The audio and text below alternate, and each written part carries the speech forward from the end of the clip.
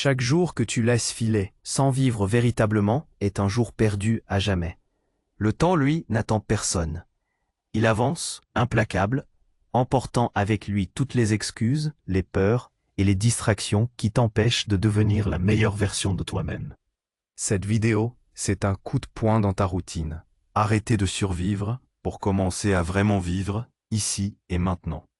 Tu vas découvrir que le changement ne tombe jamais du ciel. Il naît d'une décision, une décision radicale et urgente, celle de reprendre le contrôle total de ton existence. Le stoïcisme nous enseigne que le seul pouvoir qui compte est celui que nous avons sur nos actions et nos jugements.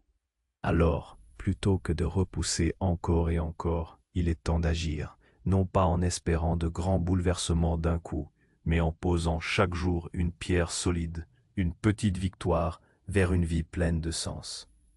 Cette transformation est sans concession. Elle nécessite courage, honnêteté avec toi-même et la capacité de plonger dans ce silence intérieur souvent ignoré. Ce n'est pas une quête de succès matériel ou d'apparence, mais la recherche d'un but profond. Cette lumière qui donne vie à chaque instant. Car vivre sans but clair, c'est s'égarer dans une multitude d'activités creuses. Vivre avec un grand V, ça signifie embrasser nos peurs, nos pertes, nos vérités les plus profondes, et choisir de marcher vers la liberté intérieure. Cette vidéo t'invite à ce voyage douloureux et libérateur, où chaque pas te rapproche de ce que tu es vraiment. Prépare-toi à un réveil brutal, stimulant, qui bouscule tes habitudes et t'incite à regarder en face la responsabilité qui t'appartient. Faire le choix aujourd'hui, maintenant, d'arrêter de perdre ton temps et de changer ta vie. Parce qu'au final, la seule vie qui vaut d'être vécue est celle où tu es pleinement conscient, pleinement présent, pleinement toi. Comprendre l'urgence. Pourquoi le temps ne t'attend pas. 2. Passer de la survie à la vie. Arrêter de simplement exister. 3. La responsabilité radicale. Prendre le contrôle de ta destinée. 4. Le courage au quotidien. Les petits pas qui transforment tout. 5. Trouver son vrai but au-delà de l'argent et des distractions. 6. Affronter ses peurs et ses vérités. La clé de la liberté intérieure. 7. Vivre en pleine conscience. Être présent ici et maintenant. 8. Construire une vie pleine de sens, le voyage stoïcien vers soi-même. Si cela fait sens pour vous jusqu'ici, aimez la vidéo et partagez-la avec quelqu'un qui a besoin d'entendre cela. Nous avons exploré ensemble l'urgence de notre temps, le passage de la simple survie à une vie intentionnelle, la responsabilité radicale que nous avons de forger notre destinée, et le courage silencieux qui se manifeste à travers les petits pas quotidiens. Mais ces fondations, aussi solides soient-elles, ne prennent leur pleine signification que lorsqu'elles sont ancrées dans une quête plus vaste, la découverte de notre véritable but, bien au-delà des illusions et des distractions de notre époque. 5. Trouver son vrai but, au-delà de l'argent et des distractions. Dans le tourbillon incessant de la vie moderne, saturé d'informations, de comparaisons sociales et d'incitation à la consommation, il est devenu extraordinairement facile de perdre de vue ce qui compte réellement. La société nous bombarde de messages subtils et souvent directs, nous enjoignant d'accumuler, de posséder, de paraître. Le succès est trop souvent mesuré à l'aune de notre compte en banque, de notre voiture, de la taille de notre maison ou du nombre de nos followers. Cette quête frénétique d'indicateurs externes de réussite nous pousse à courir après des chimères, à consacrer notre énergie à des objectifs qui, une fois atteints, nous laissent souvent un goût amer d'inachevé, un vide que la prochaine acquisition ou la prochaine validation éphémère ne fera que masquer temporairement. Le stoïcisme, avec sa sagesse intemporelle, nous invite à un examen plus profond. Il nous exhorte à distinguer entre les préférences indifférentes, la richesse, la santé, la réputation et le seul véritable bien, la vertu. L'argent, la position sociale, le confort ne sont pas intrinsèquement mauvais. Ils peuvent être des outils utiles, des avantages, mais ils ne sont pas le but. Ils ne sont pas la source de la vraie satisfaction ou de la liberté intérieure. Et rechercher comme des fins en soi, c'est se rendre esclave de forces extérieures. C'est déléguer notre bonheur à des contingences sur lesquelles nous n'avons, au final, que peu de contrôle. Quel est donc ce vrai but dont parlent les stoïciens? C'est le développement de notre caractère, l'incarnation des 4 vertus cardinales, la sagesse, la capacité à juger correctement et à vivre en accord avec la raison, le courage, la force d'âme face à l'adversité et à l'incertitude, la justice, agir avec équité et bienveillance envers autrui, et la tempérance, la maîtrise de soi, la modération. Ce sont ces qualités, cultivées avec intention et persévérance, qui constituent la véritable richesse d'une existence. Elles sont les seuls biens qui ne peuvent nous être enlevés, les seuls qui dépendent entièrement de notre volonté et de nos choix. Pour trouver ce but, il faut d'abord faire silence. Il faut se déconnecter du bruit ambiant qui nous dicte ce que nous devrions vouloir. Il faut se poser des questions fondamentales, souvent inconfortables. Pourquoi fais-je ce que je fais? Est-ce que mes actions quotidiennes sont alignées avec mes valeurs les plus profondes? Quels sont les principes que je souhaite incarner? Quelle personne est-ce que je veux devenir? Ce n'est pas une quête qui aboutit à une réponse unique et figée, mais un processus continu de clarification et d'alignement. Imaginez l'homme ou la femme qui, malgré un emploi exigeant et une vie de famille trépidante, trouve le temps chaque jour de s'interroger sur ses propres jugements, de pratiquer la gratitude, de tendre la main à ceux qui souffrent, de persévérer dans un apprentissage difficile, non pour la reconnaissance, mais pour la seule joie de comprendre et de maîtriser. Cet individu ne poursuit pas un but externe, mais un but interne. Il cherche à être une meilleure version de lui-même, jour après jour, à vivre en accord avec sa raison et son humanité. C'est là que réside la véritable puissance, la seule qui puisse nous libérer des chaînes dorées, des distractions et de l'argent. Le but stoïcien, c'est de bien vivre, quelle que soit la fortune, en cultivant une excellence intérieure qui brille indépendamment des circonstances extérieures. 6. Affronter ses peurs et ses vérités, la clé de la liberté intérieure. Une fois que nous commençons à entrevoir notre véritable but, un obstacle majeur se dresse souvent sur notre chemin, la peur. Peur de l'échec, peur du jugement, peur de l'inconnu, peur de la douleur, peur de la solitude, peur de ne pas être à la hauteur.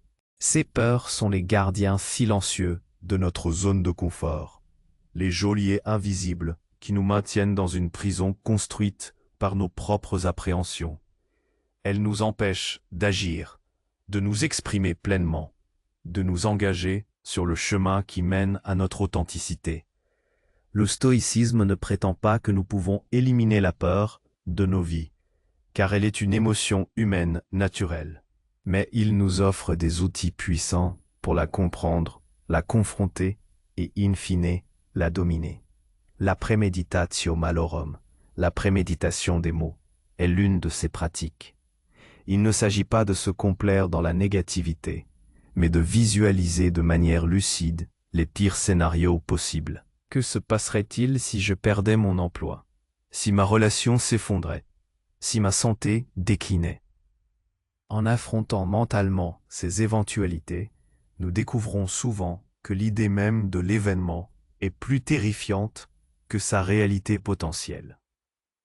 Nous réalisons que nous avons en nous les ressources pour faire face à la plupart des adversités, et que la plupart de nos peurs sont des fantômes projetés par notre esprit.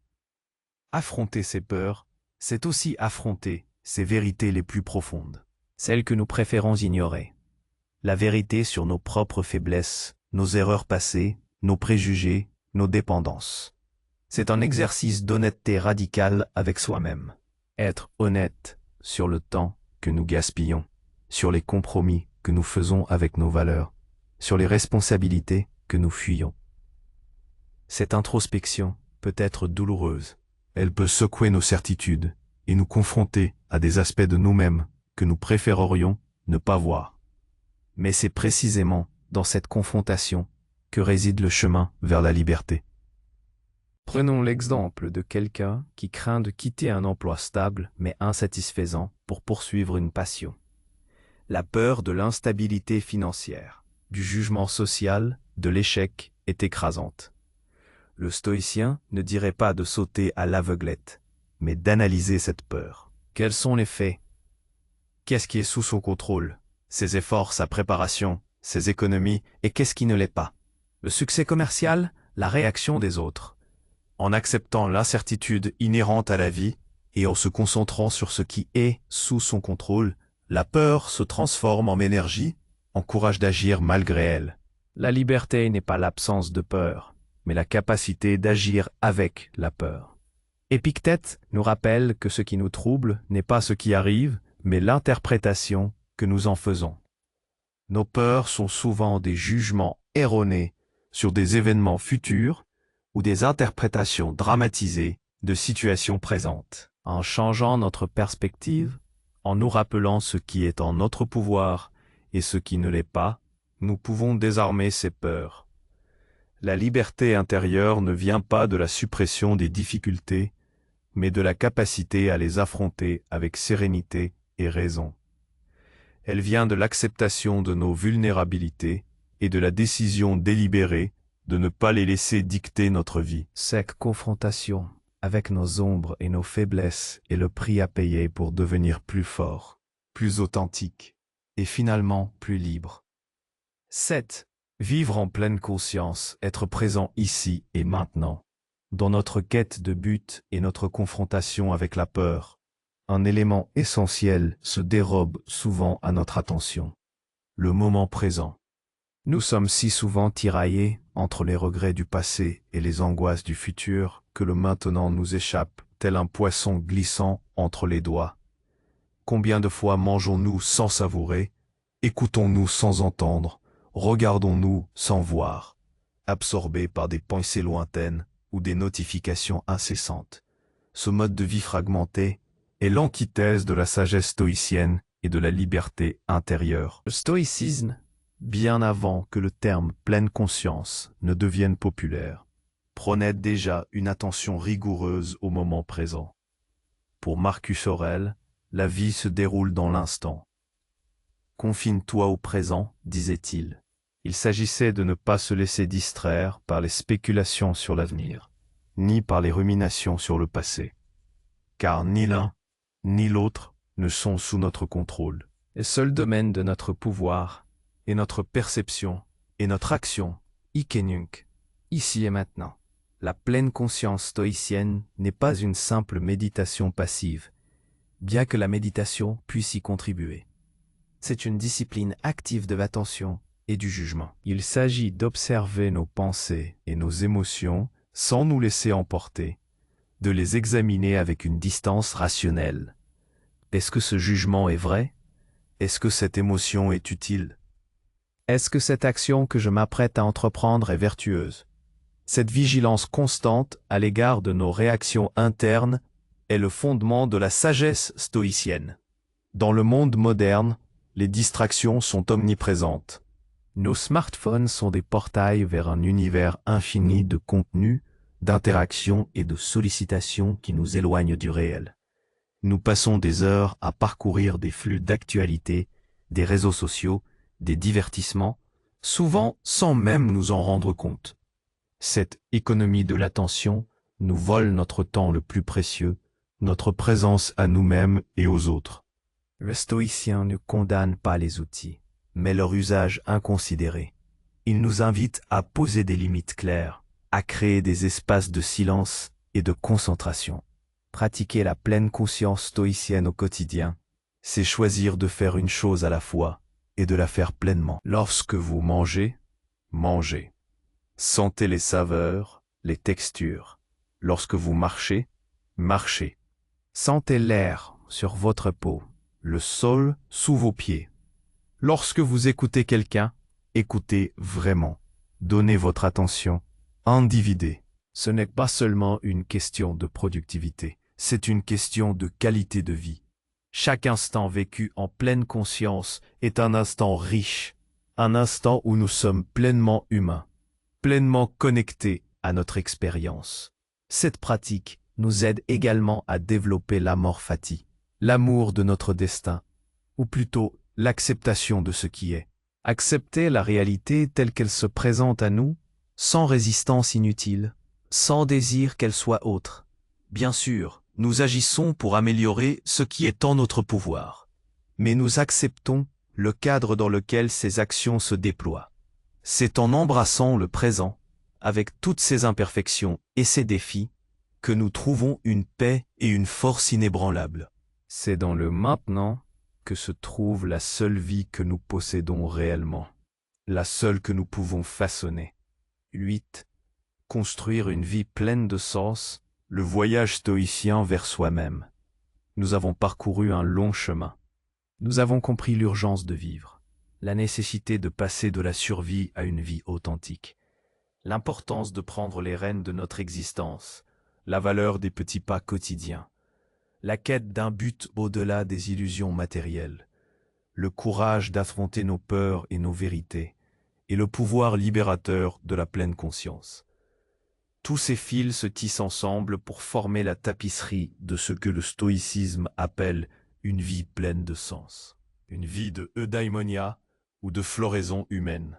Ce n'est pas une destination lointaine, un état d'illumination instantanée que l'on atteint et où l'on se repose. C'est un voyage, un cheminement continu, une pratique quotidienne et ininterrompue.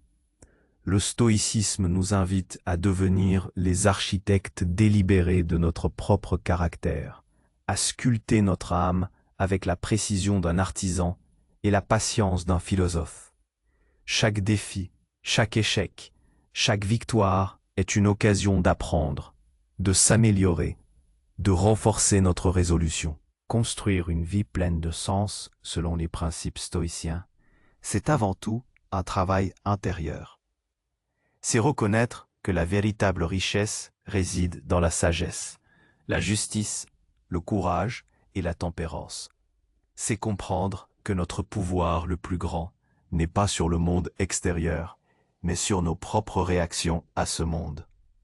C'est cultiver une citadelle intérieure imprenable où la paix de l'esprit ne dépend pas des caprices de la fortune, mais de la solidité de nos principes et de la clarté de notre raison. Ce voyage vers soi-même nous demande de nous connaître intimement, de comprendre nos motivations, nos faiblesses, nos forces. Il nous demande d'aligner nos actions avec nos valeurs les plus élevées, même lorsque c'est difficile, même lorsque personne ne regarde. Il nous demande d'être une source de bien dans le monde, de contribuer à la communauté humaine, de reconnaître notre interconnexion avec tous les êtres. Car la vertu pour les stoïciens n'est pas une affaire solitaire. Elle s'exprime dans nos relations avec autrui, dans notre rôle de citoyen du monde. Alors, comment cela se traduit-il concrètement? Cela signifie faire des choix délibérés chaque jour. Choisir la patience au lieu de l'impatience lorsque quelqu'un nous frustre. Choisir la gratitude au lieu de la plainte face aux difficultés. Choisir la persévérance au lieu de l'abandon lorsque la tâche est ardue. Choisir la raison au lieu de la passion aveugle. Cela signifie vivre avec une conscience aiguë de notre mortalité, non pour nous angoisser, mais pour nous rappeler l'urgence de vivre pleinement, chaque jour, comme si c'était le dernier. C'est un appel à l'action, un appel à cesser d'être des passagers passifs dans notre propre existence et à devenir les pilotes actifs. C'est un engagement envers nous-mêmes à ne plus perdre notre temps dans l'insignifiance, mais à le consacrer à la construction de la personne que nous sommes destinés à être. Ce n'est pas un chemin facile, il est semé d'embûches et de doutes, mais c'est le seul chemin qui mène à une liberté authentique, à une sérénité profonde et à la conviction inébranlable que nous avons vécu notre vie avec sens et intention. Marc Aurèle disait « Ne perds plus de temps à discuter de ce que doit être un homme bon. Sois-en un. » Cette simple phrase contient toute la quintessence de la philosophie stoïcienne. Elle n'est pas une invitation à la réflexion intellectuelle stérile, mais à l'action concrète et vertueuse. La discussion est utile. La compréhension est nécessaire. Mais la véritable transformation ne se produit que dans la pratique. Il ne suffit pas de savoir ce qu'il faut faire. Il faut le faire. La sagesse stoïcienne n'est pas un ensemble de règles à mémoriser, mais une manière de vivre, une discipline de l'esprit et du caractère à embrasser chaque jour. Au final, la seule vie qui vaille d'être vécue est celle où tu es pleinement conscient, pleinement présent, pleinement toi. C'est celle où chaque action, chaque pensée, chaque choix est aligné sur un but plus grand que toi, sur les principes immuables de la vertu. C'est une vie où tu as cessé de chercher le bonheur à l'extérieur pour le cultiver patiemment et résolument à l'intérieur. Alors, quelle pierre poseras-tu aujourd'hui pour bâtir la forteresse de ton être? Quelle vérité t'engages-tu à affronter? Quelle peur à conquérir? Quel instant à vivre pleinement, ici et maintenant? La décision est tienne, elle l'a toujours été. Si cette réflexion vous a interpellé et vous a donné matière à penser, n'oubliez pas d'aimer la vidéo, de vous abonner à la chaîne et de laisser un commentaire ci-dessous. Partagez vos propres pensées, vos défis ou vos victoires. C'est ensemble que nous pouvons avancer sur ce chemin.